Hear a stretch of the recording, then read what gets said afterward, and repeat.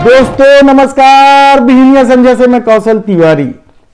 भारत में जिस तरीके से परसेप्शन गढ़ा जाता है देश के प्रधानमंत्री नरेंद्र मोदी का, क्या पूरी दुनिया में उसी तरीके का परसेप्शन है? एक तरफ कहा जाता है कि देश के प्रधानमंत्री नरेंद्र मोदी ने इस देश का मान पूरी दुनिया में बजाया है, तो दूसरी तरफ कुछ और ही मामले निकल कर आते हैं। कल ही जब अमेरिकी राजदूत संधू दावा कर रहे थे कि आगे के सफर के लिए अमेरिका जैसे दोस्तों की जरूरत है, ठीक उसी समय अमेरिका के विदेश मंत्रालय के अधिकारी देश के प्रधानमंत्री की तुलना दो बड़े तानाशाह से कर रहे थे। यह किस तरीके का परसेप्शन है? क्या तानाशाह के साथ देश के प्रधानमंत्री नरेंद्र मोदी की तुलना उचित है?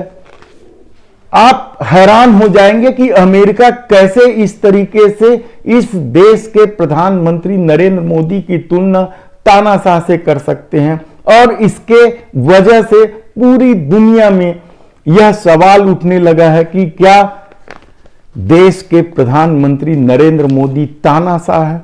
और हैरानी की बात तो यह है कि इस मामले में ना तो विदेश मंत्रालय की कोई प्रतिक्रिया आई है और न ही इस मामले को लेकर आपत्ति दर्ज की है, न ही खंडन किया गया है। कौन थे वे विदेश मंत्रालय के अधिकारी? ये हैं विदेश मंत्रालय के वे अधिकारी जिन्होंने ठसके से पत्रकारों के सवालों के जवाब में देश के प्रधानमंत्री नरेंद्र मोदी की दुनिया के दो बड़े तानाशाह के रूप में चर्चित लोगों से तुलना करते थे। सवाल क्या था? सवाल था प्रिंस मोहम्मद बिन सलमान के अमेरिका प्रवास के लिए अनुमति देने का था। यह सवाल विदेश मंत्रालय से पूछा गया था। पत्रकार वार्ता में पत्रकार पूछ रहे थे तो अमेरिकी अधिकारी का जवाब हैरान कर देने वाला था। दरअसल मोहम्मद बिन सलमान पर एक पत्रकार जमाल की हत्या का आरोप है, और ऐसे व्यक्ति को अमेरिका में आने की अनुमति देने को लेकर वहां के पत्रकार सवाल कर रहे थे।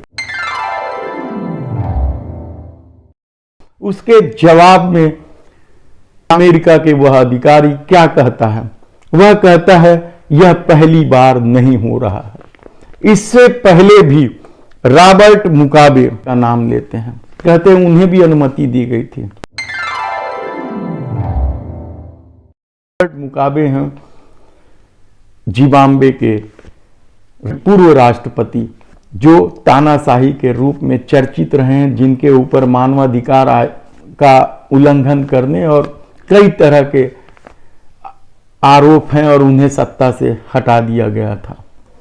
दूसरा नाम वे लेते हैं जोसेफ कबीला का। यह कांगो के पूर्व राष्ट्रपति रहे। इन पर भी कितने ही आरोप लगे हैं तानाशाही के। ऐसे दो लोगों के नाम के बाद तीसरा नाम जो वह अमेरिकी अधिकारी लेता है, वह हमारे देश के प्रधानमंत्री नरेंद्र दामोदर दास मोदी का लेता है, जिसे अनुमति दी गई, ऐसा उनका कहना है। यानी दो तानाशाहों के साथ नरेंद्र मोदी का नाम लेना क्या तुलना करना नहीं है? और इस पर अभी तक भारत की तरफ से कोई प्रतिक्रिया नहीं आना।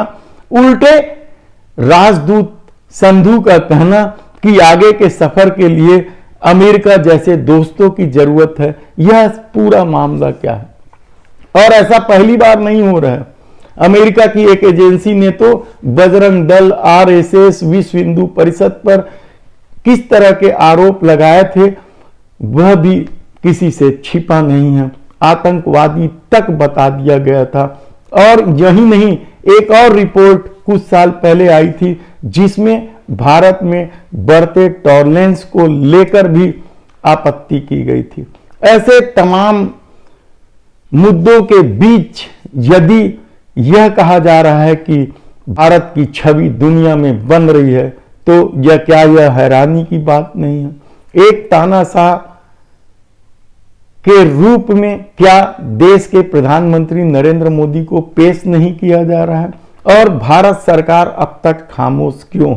यह सबसे बड़ा सवाल है। धन्यवाद।